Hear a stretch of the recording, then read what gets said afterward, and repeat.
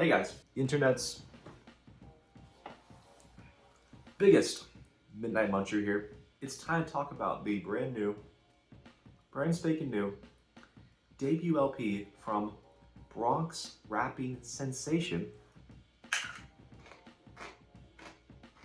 Y2K, who is a rapper that might hold the record for fastest ascension into the mainstream off of songs like Munchie, Princess Diana, and most notably Boy's a Liar Part 2 with Ink Panther is blowing up on TikTok. And while much of her material seemed too simple, too trendy to stick around very long, it's over a year and a half later and anticipation for her first full-length project is quite high. It's safe to say that so far she did a pretty good job of charting a course through territory that many artists have failed in, using her virality as sort of a map. Not only that, but she has dropped what is, in my opinion, the peak, the nail in the coffin when it comes to all shit bars. And I don't mean shit bars as in bad quality bars, I mean poop bars. Poopy bars. Thank you, the shit bitch.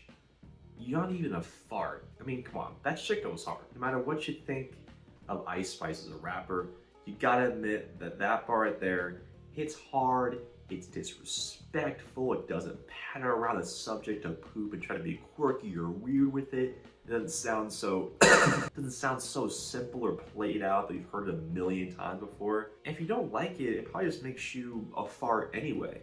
No, but seriously, look, I already know that haters are gonna hate, and the non-munchers are gonna complain that her shit is substanceless. It's repetitive.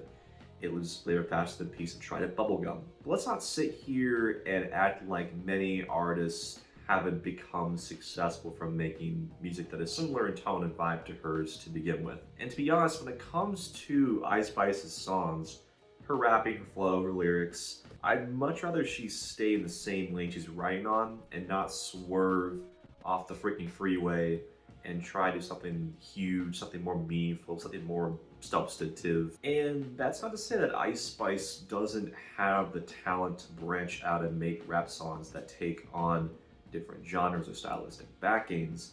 I'm just saying that if she wants to break through with a debut commercial record that will keep her in the mainstream, keep her on top, and keep her relevant, she should continue to drop these catchy, quotable, danceable, TikTok bops that will surely get traction simply because her formula is literally made to be successful on that platform. And you know what, for the most part, on this LP, that's kind of what happens. This thing runs at a short 23 minutes, 10 tracks, most of which clock in at right around 2 minutes, some a little bit longer, a couple a little bit shorter.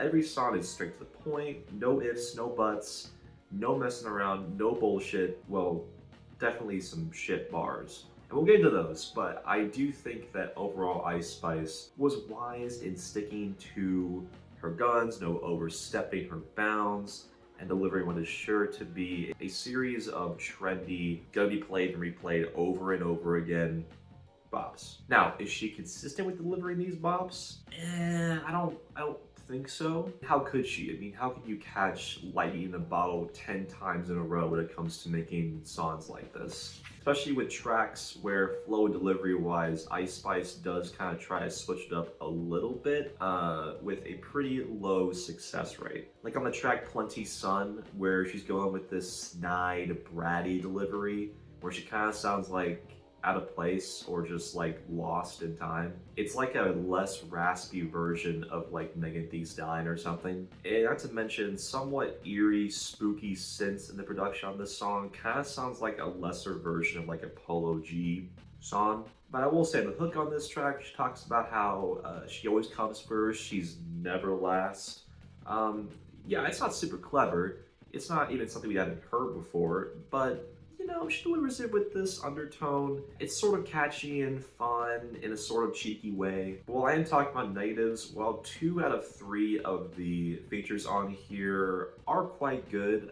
Gunna does appear on the song Bitch I'm Packin', and as per usual, he comes across as about as exciting as waiting in line at the DMV. Gunna also has a line on here that I'm still trying to make sense of, where I believe he says, SVJ Aventador. my Lambo slide like centipede, which I'm not really sure. Is he referencing that like Lamborghini Centenari? Centenari? I don't know. Or is he talking about like the slide that you put like a dead centipede carcass in when you're like displaying it like a biology class? I'm not sure. Need clarification on that, please. Rap Genius, get on this. Ice Spice's hook here is also kind of delivered a little bit awkwardly and doesn't roll off the tongue nearly as well as other songs on here. But other than these two songs, which aren't horrible by any means, there are quite a few decent cuts here, if I'm being honest. The two singles that teased towards the release of this thing, Did It First and Think You the Shit, are very sticky, very memorable, and have some really fun lines from her, and she brings this usual catchy flow and quirky ad-libs that she's kind of known for. Central. Honestly, I was a bit worried for us, but honestly, he matches the vibe of the song pretty well, and he took the opportunity to take some fun out of a pretty silly concept. Speaking of features, I thought that Travis Scott's feature on Osh was one of Travis's better features in a pretty good while. Definitely feels like he didn't phone it in here, and he brings the usual psychedelic, woozy aura to the song with some added auto-tune and some odd placements of his ad-libs that I wasn't expecting.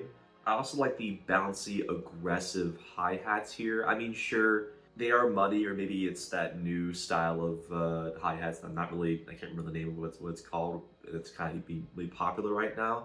I can't remember what it's called. But either way, I thought it was a very interesting aesthetic. I like the sinister, echoey tones on the song BB Belt. Kind of sounds like some hedonistic midnight riding banger with fun lyrical gems such as the poop bar, which is actually worked into the hook, where Ice Spice spouts, I'm Miss Poopy, but I never smell, which is a level of lyricism, especially for a poop bar, that is better and higher level than most poop bars that I hear, or that I've heard. And it's not disgusting, it's not stomach churning, it's just weird, and it got a little chuckle out of me. Though the more that I hear it, the more I'm already kind of sick of it. And it's nowhere near as scathing or hard as the shit fart line. The last two songs of this LP also show Ice Spice going for a big, more aggressive delivery, faster flow. She seems more angry at the women that she's claiming aren't as thick as her, aren't as rich as her. And yeah, I mean, she spits these bars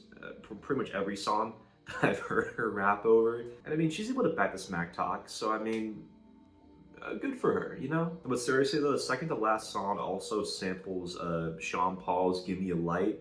And I mean, I do think that the vibe and tone of the of Sean Paul's original song does fit Ice Spice's aesthetic, to be completely fair. But I do think it could have been applied in a bit more of a creative way, or at the very least, Ice Spice could have played with the melody of the song a bit more to make the sample really pop out in the instrumental. But I mean, I'm not expecting like a Kanye West level of like sampling quality. And it didn't bother me at all that much, to be honest. But I think I'll just leave it at there. Since although I do enjoy this thing, there isn't really a lot to dive into here, lyrically or instrumentally even. And these songs are just here to be catchy, pop up on TikTok, and entertain people for a certain period of time. And I mean, I was entertained listening to it. My life wasn't changed by this thing or anything, but you know, sometimes you just need an unapologetically goofy ass, short little album like this every once in a while. But it didn't overstay its welcome.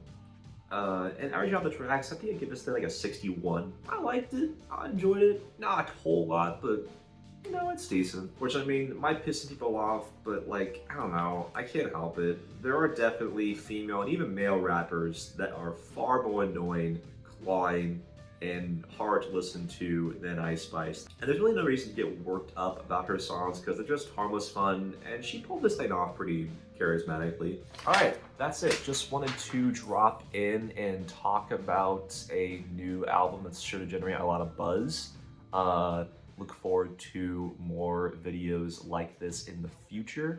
I'll also look forward to a House of the Dragon review when that show ends in a couple weeks. I'm very much so looking forward to talking about that show with you guys. Let me know what you thought about this LP, and fight me in the comments if you want to, or agree with me, or say you want to kill me. I don't really care. Either way, I love seeing what you guys want to talk about down there, and make sure to leave a like, subscribe. We recently hit 100 subs, so I want just to say that if you made it in this video, appreciate it. Thank you so much. All your guys' support means everything to me. I honestly did not think starting this thing in January that I'd be making it this far to 100 subs. So I mean, I'm happy. I'm excited, and I can't wait to keep dropping new stuff for you guys to enjoy. So yeah, thanks again. Appreciate you guys. You guys are the best. Yeah. Peace out.